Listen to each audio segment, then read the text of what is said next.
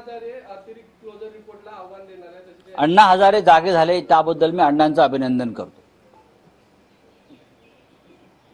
राळेगण सिद्धीमध्ये हालचाल सुरू झाली आणि ती अजित पवारांच्याच बाबतीत सुरू झाली। याबद्दल मी अण्णा हल्ले, अण्णा बोलले, अण्णाने पत्र लिहिलं, याबद्दल मी अण्णांचं आभार मानतो, अभिनंदन करतो। पण या महाराष्ट्रामध्ये फक्त शिखर बँक घोटाळा झालेला नाही, गेल्या 10 वर्षांमध्ये या राज्यामध्ये आणि देशामध्ये घोटाळे झालेले आहेत।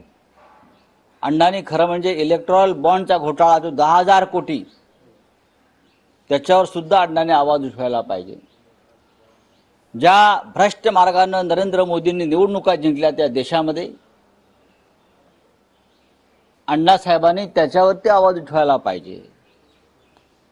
ईडी आणि सीबीआयचा गैरवापर करून जी खंडणी गोळा केली जाते या महाराष्ट्रात आणि देशात, आणि ती खंडणी भारतीय जनता पक्षाच्या तिजोरीत जाते आहे, अण्णांनी त्याच्यावरती आवाज उठवायला पाहिजे।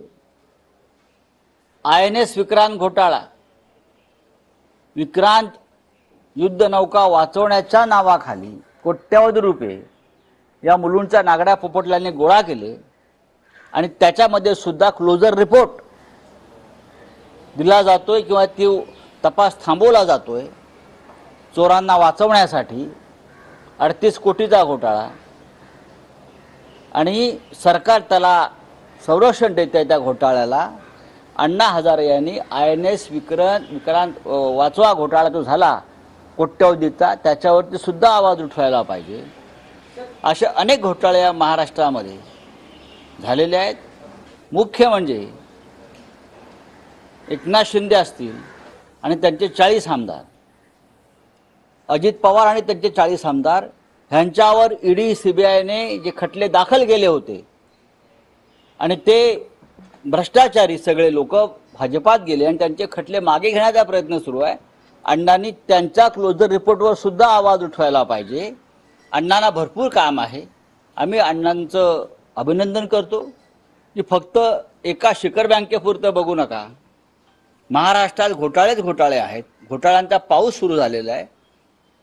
प्रफुल्ल पटेल यांची 150 कोटीची प्रॉपर्टी जी ईडीने जप्त केली, इक्बाल मिर्ची आणि दाऊशी संबंध आहे म्हणून, ही प्रॉपर्टी भारतीय जनता पक्षाला पाठिंबा देताच मोदी आणि शहांनी त्यांना परत दिली। हा सगळ्यात मोठा घोटाळा आहे। अण्णा हजारे यांनी रामलीला मैदानावर जाऊन त्या संदर्भात आवाज उठवायला पाहिजे। आम्ही सगळे त्यांच्याबरोबर उपोषणाला बसायला तयार आहोत। ज्यांनी रामाची पूजा केली